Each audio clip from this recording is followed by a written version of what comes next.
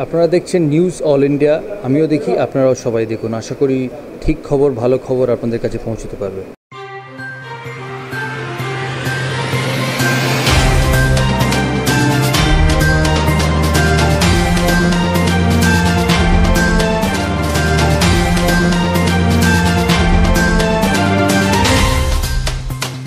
নমস্কার, news all ইন্ডিয়ার পর্দায় আপনাদের স্বাগত। আপনাদের সঙ্গে আমি অর্পিতা। শুরু করছি আজকের বিস্তারিত খবর।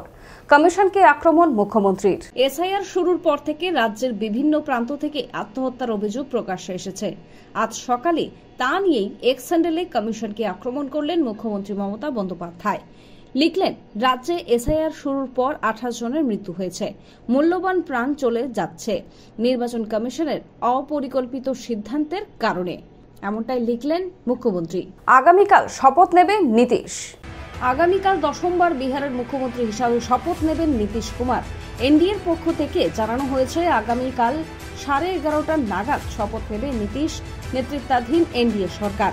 পাটনার গান্ধী ময়দানে প্রধানমন্ত্রী, একাধিক কেন্দ্রীয় মন্ত্রী এবং বিজেপি শাসিত রাজ্যের মুখ্যমন্ত্রীদের উপস্থিতিতেই হবে এই অনুষ্ঠান। তবে এখনো পর্যন্ত এনডিএর পক্ষ থেকে সরকারিভাবে নীতিশ কুমারের নাম ঘোষণা করা হয়নি, এমনটাই সূত্র মারফত জানা গিয়েছে। সময় বিরতির পর আসছে পরের খবরে। সুলভ মূল্যে বাড়ি বানাতে চান? এখানে সুলভ মূল্যে ইট, বালি, সিমেন্ট, লোহা সবই পাওয়া যায়। তাহলে দেরি কিসের? আজই চলে আসুন মা রূপসী এন্টারপ্রাইজে।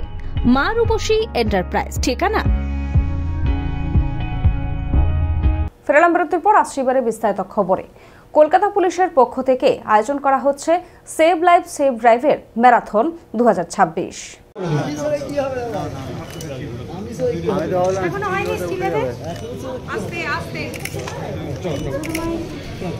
For us, মানে আমাদের জন্য রাস্তার উপর সেফটি অনেকটাই গুরুত্বপূর্ণ আছে। And save drive save life, যেটা আমরা বললাম, it is not only a message but it is a part of life. So for that timing আমরা সেভ ড্রাইভ সেভ লাইফ এর উপরেই যাচ্ছি। নতুন কোনো মেসেজ আমরা এই মুহূর্তে আমরা দিচ্ছি না। we wish that everybody, যারা রোড ইউজার আছেন সবাই, everybody has equal right and সবাই যাতে রাস্তার উপর সেফ থাকেন, এই মেসেজটাই বড় একটা মেসেজ আছে। আবাসনে চলল গুলি। শিবপুরের একটি অভিজাত আবাসনে চলল গুলি। পুনম যাদব নামে এক মহিলা গুলিবিদ্ধ। গুরুতর জখম অবস্থায় তাকে হাসপাতালে ভর্তি করা হয়েছে। তদন্তে পুলিশ। সময় বিরতির পর আসছে পরের খবরে। আরজু মানেই আপনার মনের মতো ফার্নিচার। আসুন দেখে নিন আপনার পছন্দ অনুযায়ী অফিস বা ঘর সাজানোর জন্য নতুন ডিজাইনের ফার্নিচার। ডিজাইনেবল সোফা, আলমারি, ড্রেসিং টেবিল, অফিসের জন্য রকমারি চেয়ারের সাথে দোলনা, বিভিন্ন রকম ডিজাইনেবল ফার্নিচার। তাহলে আর দেরি না করে চলে আসুন আরজুতে। 74 Rajdanga Gold Park, Kolkata 700107। 52D Raja S C Mallick Road, Jadavpur, Kolkata 700032। Phone number 8100472255, 8240411427। ফেরালাম বিরতির পর আসছে এবারে বিস্তারিত খবরে।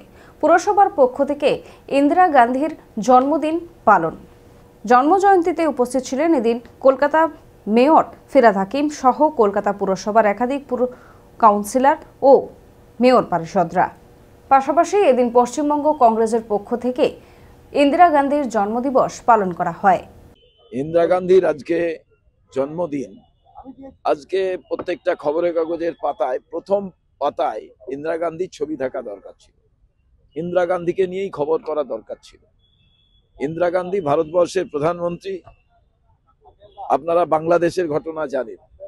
আজকে সার নিয়ে যে তোলপাড় চলছে, ইন্দিরা গান্ধী প্রধানমন্ত্রী, ভারতবর্ষের অবস্থা যদি কেউ একটু বিচার করে দেখেন, যে ভারতবর্ষের দিকে তাকিয়ে কথা বলার সাহস কেউ হতো না। আসছে এবারে আবহাওয়ার খবরে। গায়েব হতে চলেছে শীতের আমেজ। বঙ্গোপসাগরে পূর্বালি হাওয়া আগামী অন্তত আরও 9 দিন দাপাবে ও দক্ষিণবঙ্গে বাড়বে দিন ও রাতের তাপমাত্রা।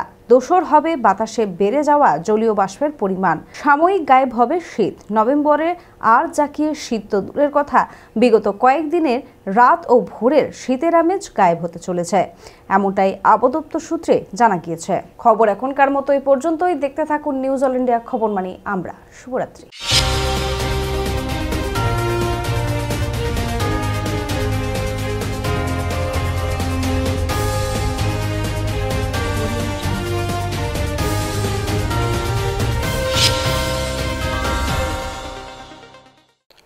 নমস্কার, আমি রুদ্রনীল।